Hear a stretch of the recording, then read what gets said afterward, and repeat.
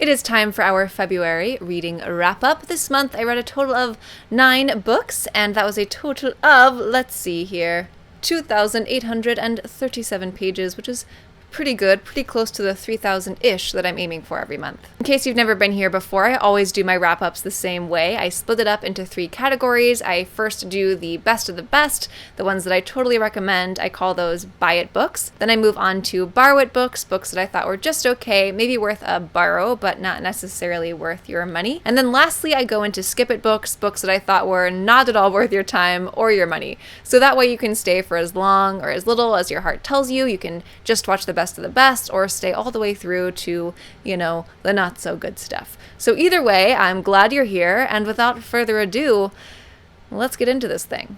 First up in Best of the Best is The War of Art, and kind of a play on The Art of War title, and it's basically about what it is to be a creative person and how you can come across that and sort of wage your battles to be a creative person, which, if you're creative, you know that there are a lot of roadblocks, mostly roadblocks that we put up ourselves. I thought that this book was truly fantastic. I loved it. It's kind of like down and dirty, gritty, a punch in the face sort of a style of self-development, which I personally appreciate. I'm sure not everyone does. If you are of a similar nature, then you'll definitely find this appealing. It's kind of an old school black and white version of the world, and whether or not you agree with that, you could argue that sometimes for the sake of creativity and for your own mindset, it is better, or could be better, to simplify things so that the option is either or. Sometimes you need to do that in your own mind in order to accomplish the goals you set out for yourself, and I think that's what this book really offers. I loved it. I'll be referring to it again.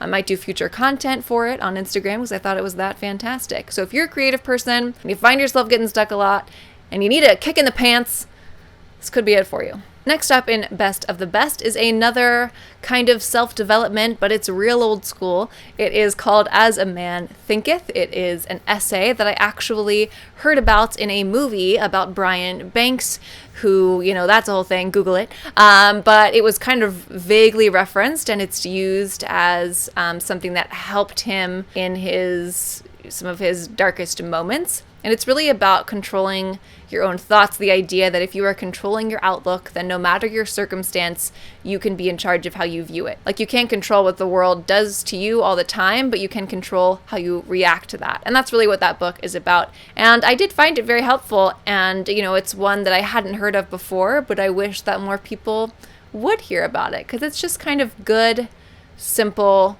thoughts about thoughts, Totally recommend it.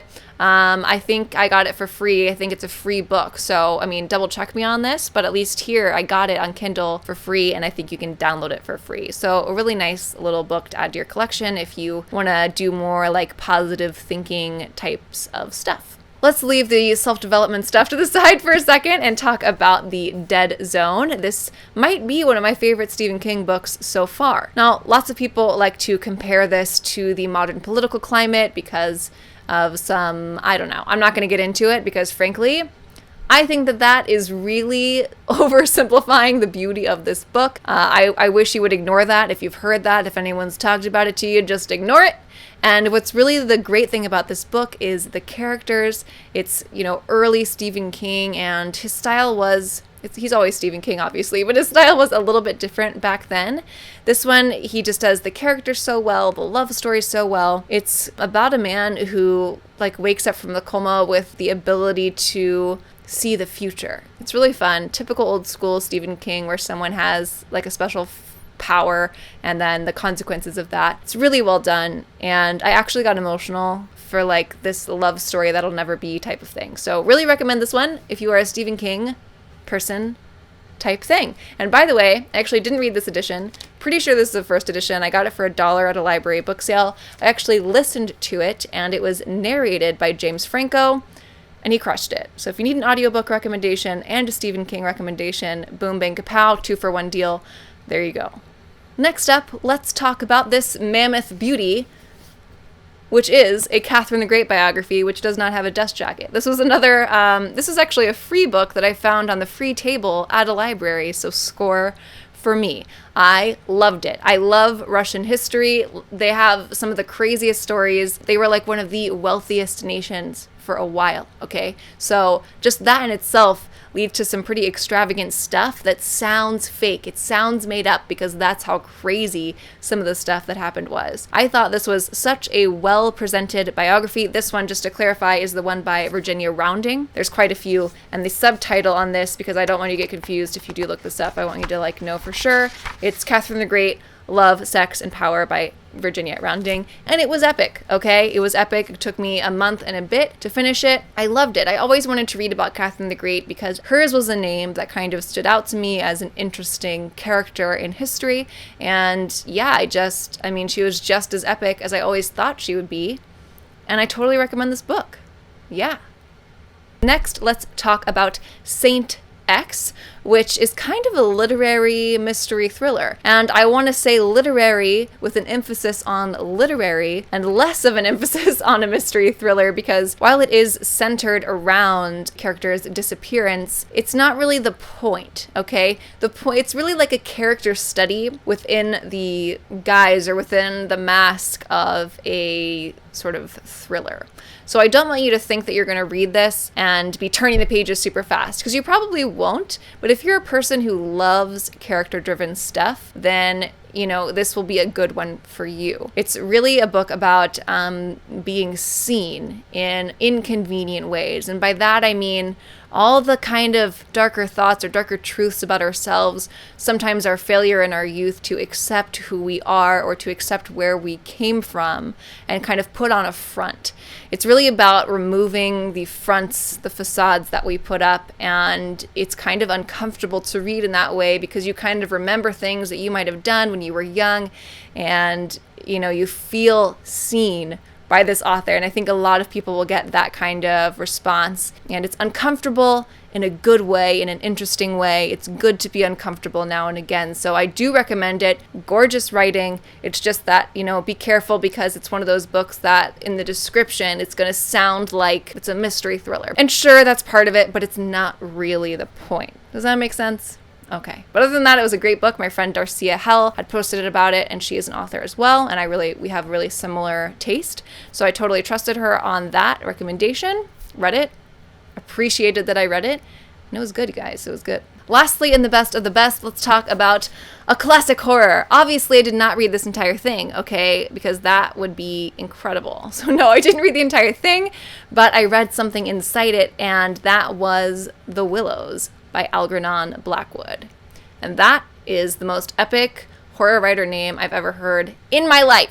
So I want to thank you specifically, because it's probably one of you watching this right now that recommended The Willows to me, because in one of my, year-end wrap-up videos, I had said that I wanted to get more into classic horror. And after I said that, I realized I've already read a lot of classic horror, but this was one of the ones I had not heard of. And it turned out I already had a copy in my collection. I just flipped through this on a whim and thought it might be in there, and it was. So score for me. The Willows is about two guys who are on a canoeing trip, and they kind of get stranded on this island, and it's kind of, gets weirder from there. And it's typical short story, but it's beautifully written. I liked the style a lot. I would love to read more by that author. And I think you can also get The Willows for free or for super, super cheap, like $1. So if you have a Kindle, check and see, because it might be one of the ones that is so old now that you can get it for free. Check it out. It was good and fun. I really liked it. That's it for the best of the best books I totally recommend. So now let's move on into my one Barwood book, the book that I thought was, it was just okay. It wasn't amazing. It wasn't bad. It was just kind of there, and I didn't mind that I read it. And that book is A Madness of Sunshine. This book is set in New Zealand, and it is about a girl who goes missing, and it's really about the community there and past crimes that connect to this current one. There are some beautiful parts in this. Sometimes the writing is quite good, and you can really see potential there. What you can also see and tell, and it's quite clear, is that this is from a romance writer. So, it's tricky. It's really tricky to shift genres like that. I do think, they did a good job, but it's still pretty obvious. And I don't, you know me, I don't mind the romance bit, but I definitely am not a romance reader. And I'm kind of picky about the way it's done. I'm annoying like that. So it was actually handled well. It's just that there are some kind of, how do I say this? I don't want to say cheesy because I don't feel like that's the right word, but something like that in some of the lines felt a little too done or something. I don't know. So yeah, that was that. And I did enjoy it. Like, it was fine. I didn't really care to get to the end. Like, I wasn't super invested, but it was all right. It was all right. Let's get into now the skip it section. And you might be surprised because these are both buzzworthy books. And that tends to happen to me. Why is that? Why do I always get cranky about the books everyone else likes? Is something wrong with me? Anyways, okay, one of those books is The Rabbit Hunter by Lars. I'm going to say it wrong. Kepler. Is that correct? I don't know. Honestly, I couldn't tell you. So anyways, I was super excited about this book. It's one of the big ones that came out at the start of this year, and everyone was saying how epic and great it was, and naturally I got really excited to read it. Well, not really excited. I was kind of intimidated because it's such a big size. But some reviewer had posted about how even though it's like a big, lengthy book, it really, like, the pages flew by. So I was like, great, that sounds perfect for me right now. I was in the mood. So I set about going to read it. And in the beginning, it had me hooked, man. I was ready to go on this thing. It was so crazy and weird, and I just wanted to know, what was going on, you know? And that is the beauty of a good mystery thriller. Unfortunately, though, the longer it went on, the less I was into it. This is part of a larger series, though it is sold as if you don't need to read the other series. And I do think that's true, but it definitely makes things like some of the character stuff, I knew I was missing stuff about them, and I didn't care about them at this point in their journey because I hadn't started with them at the beginning of their journey. So they're kind of in the middle of these side storylines that I'm sure are relevant to people who have read the rest of the series, but I don't care, and I didn't really like any of them. And I don't have to like characters, but I kind of either have to like them or I have to hate. I gotta feel something about them. So I gotta like them or I gotta hate them, or the writing just has to be so freaking marvelous that I don't care about the characters anymore. And none of those things got checked off for me. It's kind of overdone. It's kind of like watching a bad action movie at times. Some of the action scenes are written well, but overall, it's kind of got that drive to it where you've got to, like, suspend your belief. And I can't always do that. So yeah, for me, it was a pass. Also, I felt that the criminal, like the rabbit hunter himself, where's the psychology? The criminal psychology. I think that's a problem with knowing too much that I have. It's like when you know too much, when you read a lot of mystery thrillers, when you look into the psychology of people who behave that way, it can ruin things for you, man. It really can. So I'm sure some people enjoy this, and I get the appeal for some people, but it just didn't work for me. I hope I don't make people mad about this, and I might make somebody mad, but I just really didn't like the other people. I think I've read every C.J. Tudor book. I'm pretty sure I have. And I don't know why every time I read one, I think I'm gonna like it more than I do. The descriptions sound so perfect for me. It's like every time I read the description and every time one comes out, I get really excited, and I don't know why, because I've never loved one. And then I read it, and I just feel like it's always 3/4 of the way there. It's always like a great concept, and then the execution isn't what I want it to be. On this one, it was not a great concept, and also the execution wasn't what I wanted it to be. So it didn't have the cool concept to carry it through this time. So usually I rate her books around 3 stars, 3.5. And this one for me was 2. I was bored. I didn't care. It was complete nonsense some of the time, contradictory within the storyline. I mean, a lot of mistakes that I see people make in this genre were made in this. And so it was really, I was disappointed by it. And I think this is it for me on C.J. Tudor books. Some people really like her work. I guess I'm just not one of them. I want to like it, but I can't lie to myself, man. I just don't like it. So yeah, I didn't think this was worth the hype. I thought the concept was boring as hell, and there were some weird things going on between the characters that I just didn't care for. It just didn't make sense. I'm gonna stop rambling now. And that is it for this month's reading wrap-up. If you liked this video, give it a quick thumbs up, drop a comment below telling me which book you loved or hated last month. Either way, I want to talk to you about it. And other than that, if you're new here and you haven't subscribed yet, then go ahead, press that subscribe button, and I will see you on the next one. Thanks for watching. Bye, guys.